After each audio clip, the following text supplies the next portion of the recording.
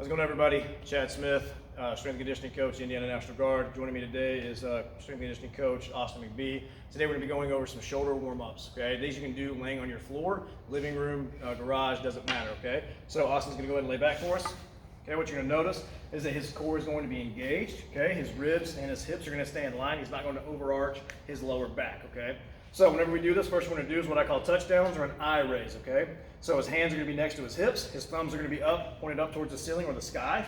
And what he's going to do, keeping his lower back, his head, and his hips on the ground, is he is going to raise his arms up as if he were signaling for a touchdown, and his thumbs are going to touch behind him, okay? If your thumbs cannot go that far, so he's actually stopping just a little bit, which is okay. As long as those points of contact are staying on the ground, he's good to go. Okay, the main thing is you do not want to relax here and overarch that back. See how his rib cage moved up there? We don't want that to happen, okay? So keep this nice and tight, keep it engaged the entire time, okay, as he goes through the movements, okay? So realistically, if this was a real warm-up, he would do 10 of these. Go ahead and get one or two more. Nice and slow, nice and controlled, okay?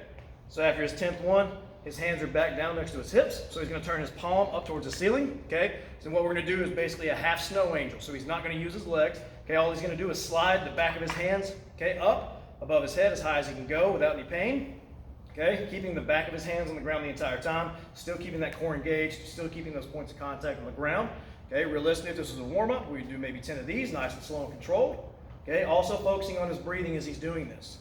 Okay, he's not holding his breath and he's not sporadically breathing, okay? Say we get 10 of those. The last one we're going to do here, okay, is what I call a shoulder 90-90. What it's going to look like, his elbows are going to be in line with his shoulders, okay? At no point should his elbows sag lower than his shoulders, okay? We don't want that. So what we're going to do, elbows next to our shoulders, okay? What he's going to do is just rotate palms down as far as he can go, okay, without that shoulder blade or anything coming off the ground. So you don't want to over crank it, right? So do that one more time, Austin.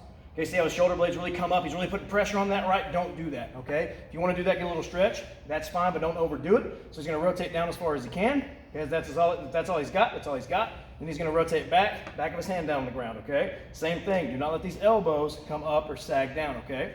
Once again, for warm-up purposes, we would do maybe 10 of these, nice and controlled, making sure those ribs and those hips stay in line and making sure that his core stays engaged. Okay, once again, these are shoulder 90-90s. Okay, these warm-ups will be really good before a bench press session, overhead press session, or even some pulling movements.